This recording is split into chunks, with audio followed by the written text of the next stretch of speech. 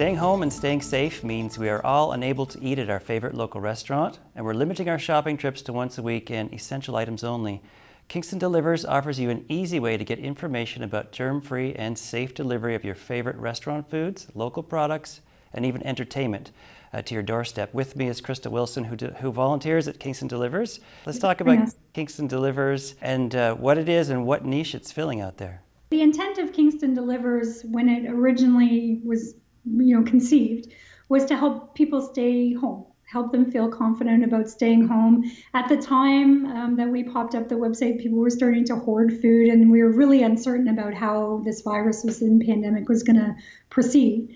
So we wanted people to feel good about staying home, not hoarding, and keeping themselves and their families safe.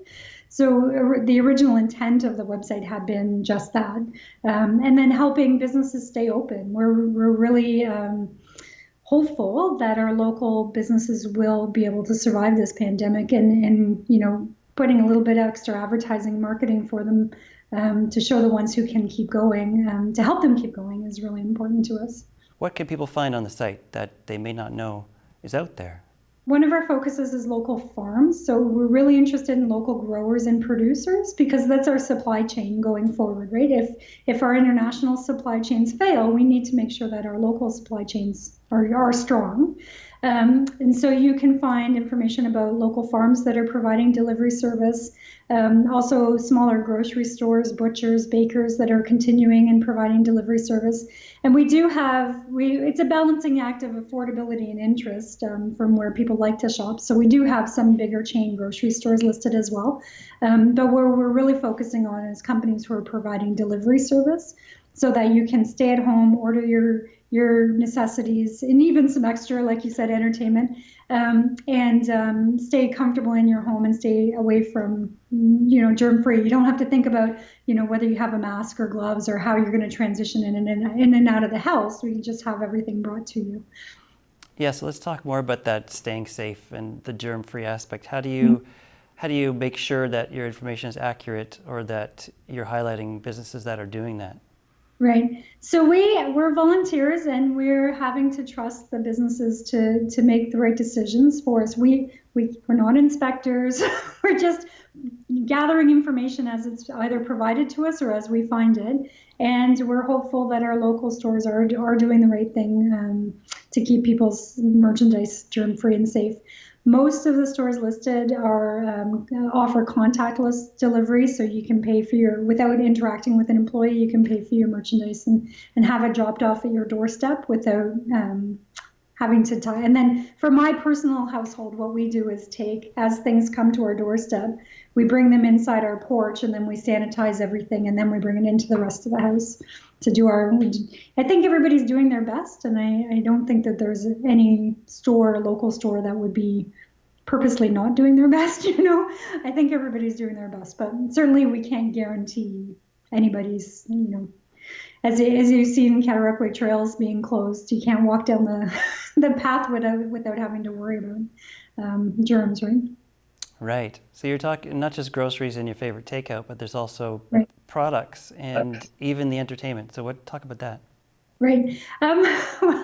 So there's a group called Not So Amateur Amateurs, who I happen to know and be friends with, and they a while ago started a company called the Party Empire.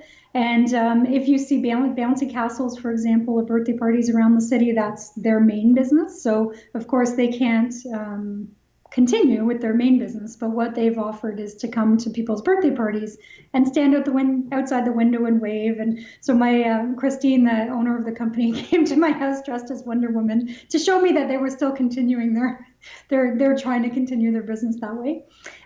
So you can have somebody dressed in character show up and to a friend or a birthday party and provide some entertainment. 6 feet away, of course, but yeah. So that's our main. I think that's our main. I haven't looked at that list for a while. I usually focus on the food part to make sure essentials are covered, and then there's 4 other volunteers adding companies as well. So I don't see all of the entertainment ones, but I could look again. Great. And as people are starting to think about gardening and creating their own food gardens, we've started adding places to buy seeds and plants and landscaping material to make sure that people know where they can get those kind of products delivered to them. Who's this most useful to out there? Well, anybody who wants to stay home, like if you're the type who wants to go to your grocery store and pick out your own fruit, it's probably not going to help you that much.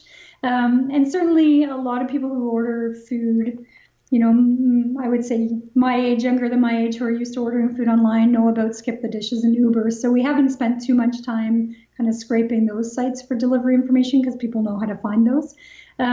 But my neighbors, for example, one set of neighbors is in their 80s, and they're used to using a computer, but they've never done online shopping. So for them, knowing what companies are available, we've kind of filtered out, because you can find all of these companies on Google, but some of them haven't updated their website to show that they're closed or that they're delivering, or because it's a lot of effort to try to balance also running your business.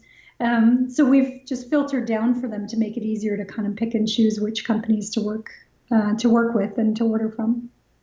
So I would say in my head, that's our target audience is especially our vulnerable population, people who shouldn't be going out into the public. Those are the ones we're targeting. Great. So Chrystal, tell me, why is this important for you to be involved in this, spend all this time doing this? I would say because I have a team of volunteers, it's not actually getting it going was a bit of time, but now maintaining it is not too bad. I personally, when H1N1 came to town, my kids and I both got very sick and we've never recovered properly. So I personally have lung issues, as my kids do as well. So we're pretty nervous about anything to do with respiratory damage, right? And so we wanted to make sure we could stay home. So that was important to us.